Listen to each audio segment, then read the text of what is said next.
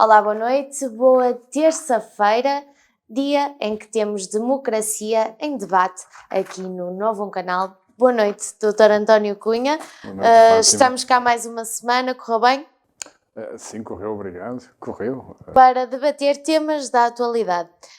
E a atualidade não passa sem falarmos de saúde, hoje em dia, este ano principalmente, e que temos assistido a uma taxa elevada de mortes devido à Covid-19, mas que poderão não estar bem contadas. Era isso que me estava a dizer em off.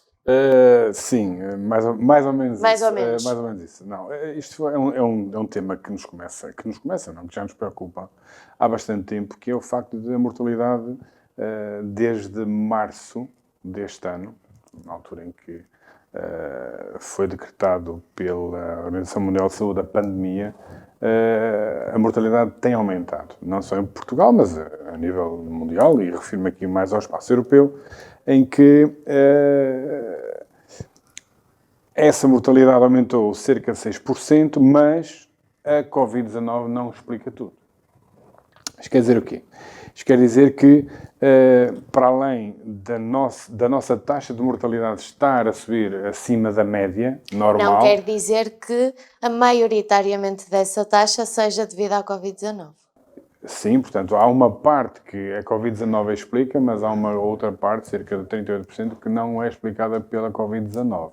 Portanto, isto quer nos fazer crer que há que fazer aqui uma análise mais aturada de como é que o nosso SNS tem lidado com este tipo de situação. Portanto, estaremos nós desligados um pouco da saúde nos outros aspectos sem ser o da Covid-19? nós já a semana passada tínhamos aflorado esse aspecto. É evidente que com a pandemia, e já lá vão 7 meses, 8 meses, é evidente que o nosso Sistema Nacional de Saúde se focou muito na Covid-19. Uma doença desconhecida, não sabíamos bem como é que... Sabíamos como é que se propagava, mas esse conhecimento foi aumentando e todos os recursos, ou quase todos os recursos, foram direcionados para o combate à doença da Covid-19. E, portanto, tanto assim foi que nós fomos obrigados a confinar, tal como a grande maioria dos países europeus.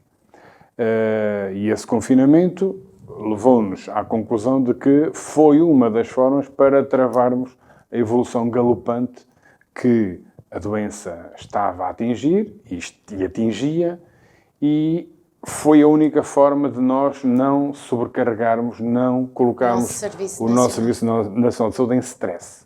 O que é que iria acontecer se não tivéssemos confinado?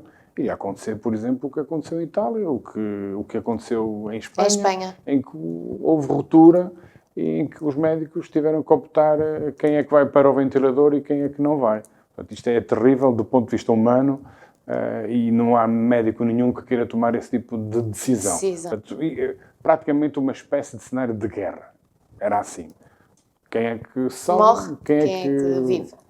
Então, entre o início do ano e 30 de agosto de 2020, o número de pessoas que faleceram em Portugal supera em 6,3% a média dos últimos 5 anos anteriores. Portanto, não é uma média relacionada com o ano transado, relativamente a 2019, mas a média dos 5 anos anteriores. Portanto, isso ao nível europeu coloca-nos em 6º lugar. Portanto, estamos à frente, aliás, estamos abaixo de Espanha, Reino Unido, Itália, Bélgica e Holanda. E o que é facto é que Portugal, no cenário europeu, é o 2º país com mais mortes por explicar. Ou seja, houve efetivamente um aumento de mortes por causa daquelas pessoas que faleceram por Covid-19, mas há aqui uma parte em que não se consegue explicar. Portanto, 62% do acréscimo de mortes face à média registrada entre 2015 e 2019 não é explicado pela Covid-19. Que é uma percentagem muito significativa, é mais de metade. É bastante grande. Portanto, isto para nós e para o PSD, a semana passada o nosso líder, portanto, o Dr. Rui Rio, levou este tema ao plenário,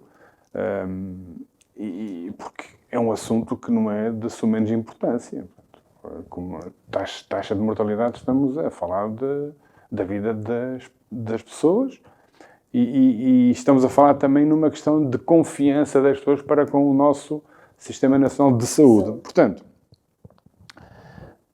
o Dr. Rui Rio questiona o Primeiro-Ministro, António Costa, sobre qual seria a explicação para estes dados. Portanto, o António Costa refere que esse aumento estaria relacionado com aquelas vagas de calor, com o aumento da temperatura. Bem, ora bem, nós questionamos, então, e nos anos anteriores nos últimos 5 anos, de 2015, não houve vagas de calor, não houve aumentos de temperatura que causaram também mortes por excesso de calor, nomeadamente nas populações mais idosas? É evidente que houve. O que é facto é que nós, desde que a pandemia entrou no nosso país, o que é que nós temos? Temos redução do número de consultas sem ser Covid. Tivemos a redução de exames médicos, não é? Portanto, tudo isto leva-nos a crer, e a DGS, portanto, a Direção-Geral de Saúde, ainda não tem respostas para isto, mas é algo que nós temos que ir insistindo, porque nós não podemos ter um país, não podemos ter o nosso Sistema Nacional de Saúde apenas focado naquilo que é Na pandemia. a pandemia. Portanto, tudo o resto, estamos a falar de todas as doenças, nomeadamente a parte oncológica, todas as outras vertentes. Todas as outras especialidades que precisam de atenção, precisam de recursos, porque a outra percentagem que a Covid-19 não explica, se calhar são explicadas pela falta de exames, pela falta de consultas e pela falta de tratamento adequado e atempado para essas pessoas que deixaram de ser temporariamente vistas por médicos e por enfermeiros. Profissionais. Exatamente. Ou seja, para o ano poderemos ter aqui um nível muito mais alto no que diz respeito a isso. Podemos, evidente que podemos. Visto que não temos tantas consultas médicas, tantos exames. Também. É isso e mais. Agora nós vamos entrar aí. Ainda ontem, se não estou em erro, ouvia passa publicidade na TSF, o médico, não me recordo o nome, a tentar explicar isto. É que nós em março estávamos a acabar o período onde as doenças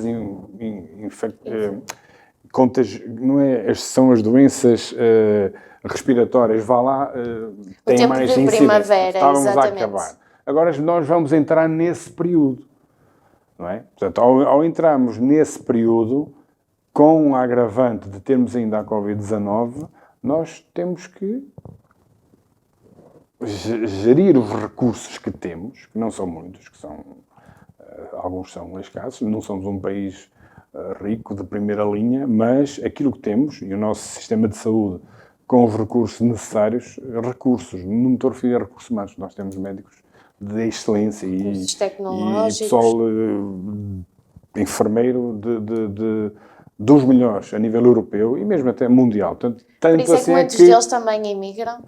Era isso que eu estava a dizer, e exportamos a mão de obra de muita qualidade, naquilo que diz respeito à área da medicina. E, portanto, estávamos a falar que íamos entrar numa época em que vêm as gripes, vêm as constipações, doenças respiratórias. Com a Covid, o que é que acontece? Acontece é que nós, hoje em dia, já estamos a ter pressão sobre o nosso Sistema Nacional de Saúde. Nomeadamente, os hospitais já têm 70% das camas de cuidados intensivos ocupadas, nesta altura. Portanto, isto foi o número avançado ontem. E voltarão a reabrir em breve os hospitais de campanha, o São João. Se for preciso, Já terá que se ser. está a preparar, dizem também que irá acontecer isso no Centro Hospitalar do Dr. Maguia Sousa, portanto, preparam-se para uma nova vaga em peso. E temos mesmo que nos preparar porque nós não vamos regressar ao confinamento, pelo menos da António forma... Costa diz que não, Isso é, sinceramente... está fora de questão. Está fora de questão, porque, a não ser que hajam confinamentos seletivos. Mas a nossa economia não aguenta, nem a nossa, nem a dos outros países europeus, embora há países europeus que têm condições para isso, condições financeiras para isso. Portugal o não. nosso país não tem. Somos um país altamente endividado, temos uma carga fiscal brutal.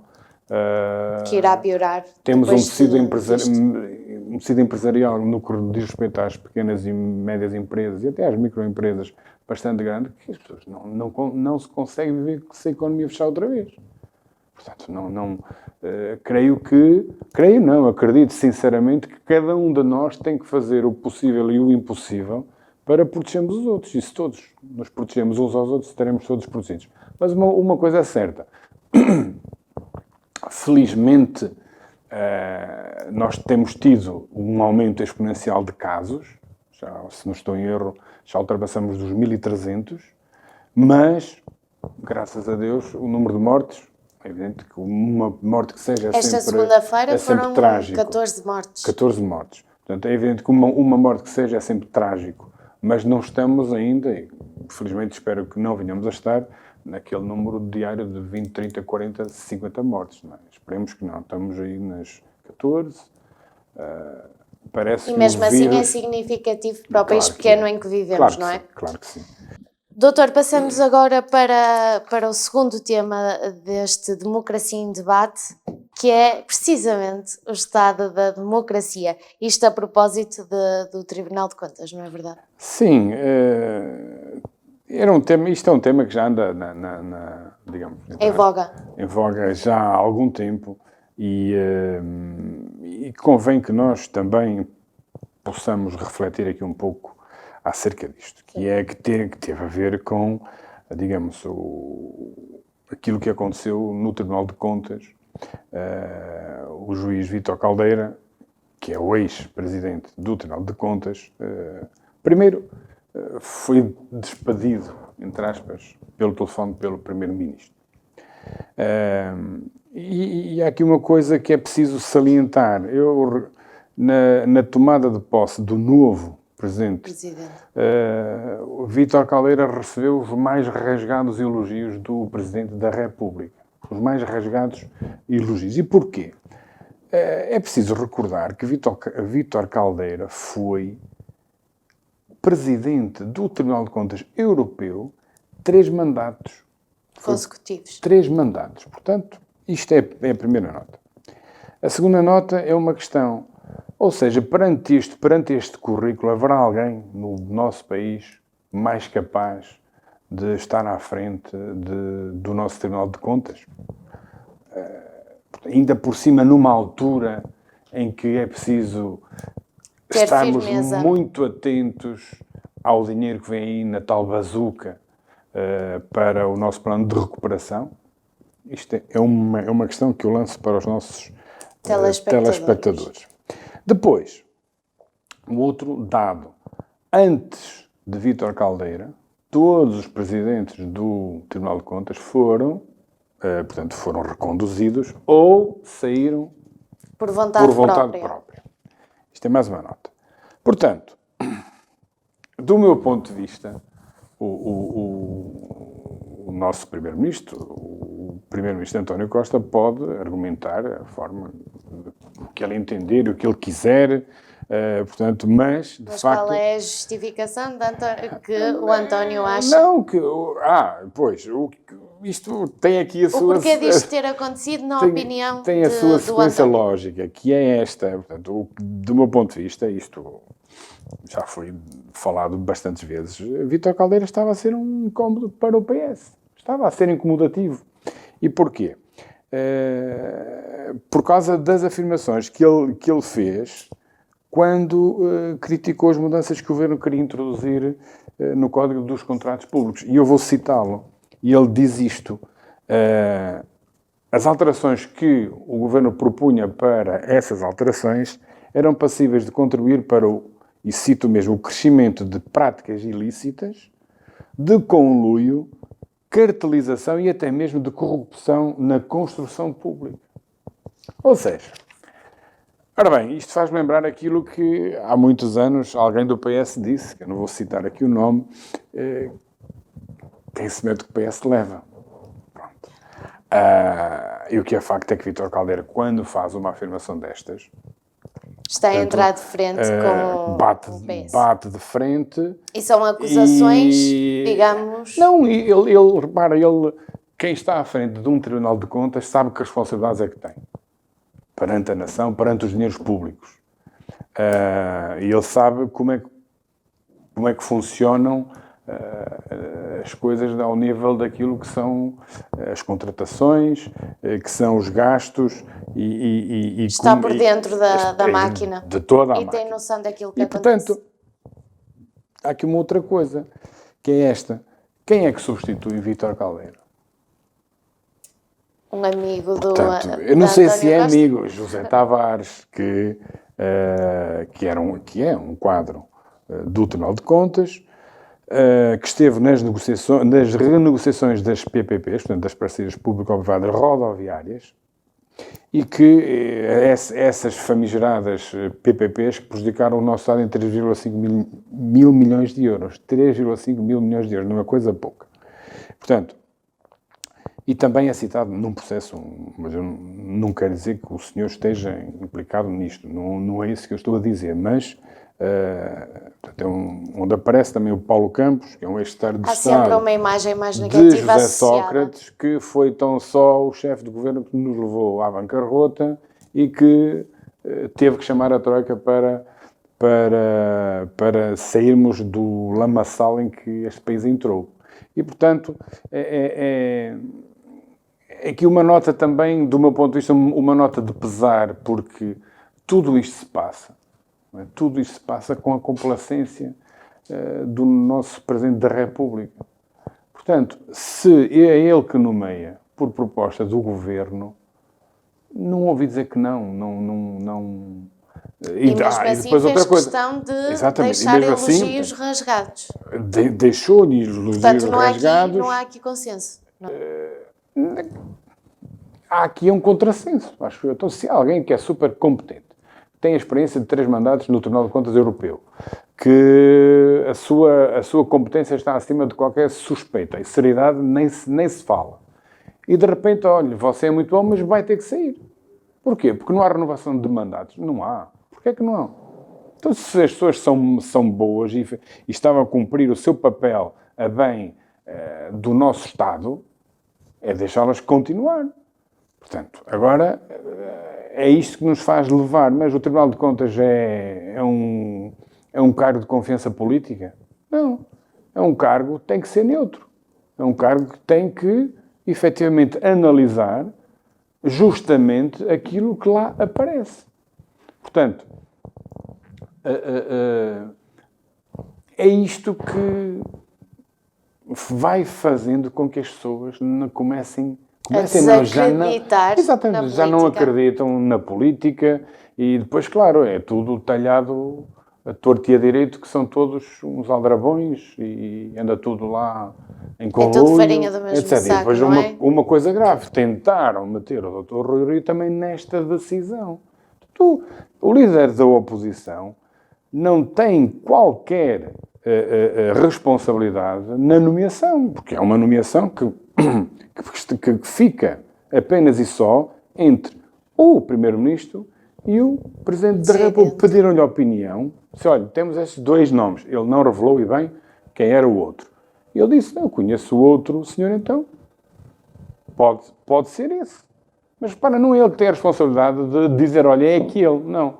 E nestas coisas, o PSD sai sempre mal na fotografia por culpa da informação que alguns órgãos de comunicação social dão. Isto também me faz pensar se isto é propositado ou não. Portanto, porque o que é que aparece nas parangonas? Rui Rio deu aval ao novo presidente do Tribunal de Contas. Mas não diz quem é que o nomeou, logo assim, nas gordas. Entendem? Isto começa a ser um bocadinho habitual desgastante e, do meu ponto de vista, não é muito sério fazer-se esse tipo de abordagem.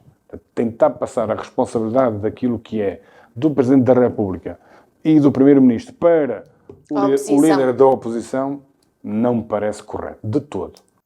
Muito bem, doutor, por hoje ficamos por aqui.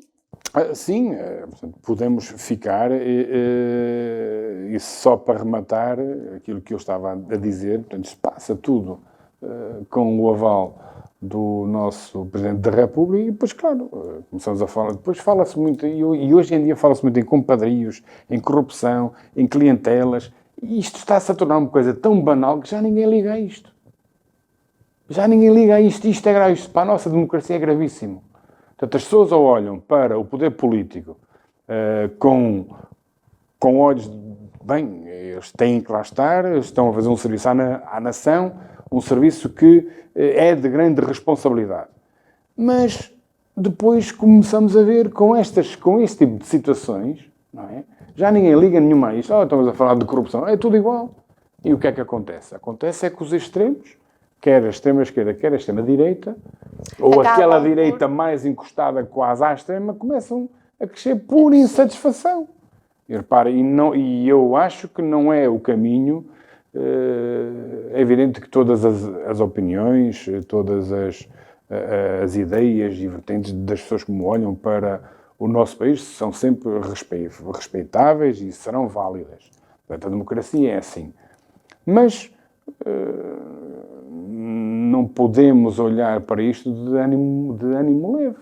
Ou nós estamos num país em que há serenidade e o nosso país precisa, e naquilo que nós mais precisamos, tendo em conta até o estado das finanças públicas, aquilo que nós mais precisamos é de serenidade, responsabilidade e visão estratégica. Porque nós não podemos continuar com a nossa dívida altíssima e temo, e agora entronca aqui só para fechar mesmo, isto entronca num orçamento para 2021 que já deu entrada na Assembleia da República, em que há continua a haver muito Estado e pouco investimento, pouco elan para as nossas empresas, para o nosso tecido empresarial. E isto, eu bem sei que é aquela esquerda mais à esquerda que acha que pessoas deve ser tudo subsidiado, deve ser tudo... Mas quem é que paga esses subsídios? Somos todos nós. Somos todos nós com os nossos impostos, principalmente as empresas, que são elas que têm este país em alta, quando ele está em alta. Não é? Porque quando as nossas empresas não estão em alta, nós também afundamos. E, portanto, deixar esta pequena reflexão e se cada um de nós fizer aquilo que lhe compete... O seu papel enquanto cidadão. Exatamente. Isso é que é importante. Muito bem, muito obrigada, doutor. Obrigado, eu. Veremos-nos na próxima semana com mais temas da atualidade. Quanto a si, continuo desse lado a acompanhar tudo em novumcanal.pt. Tenha uma boa noite.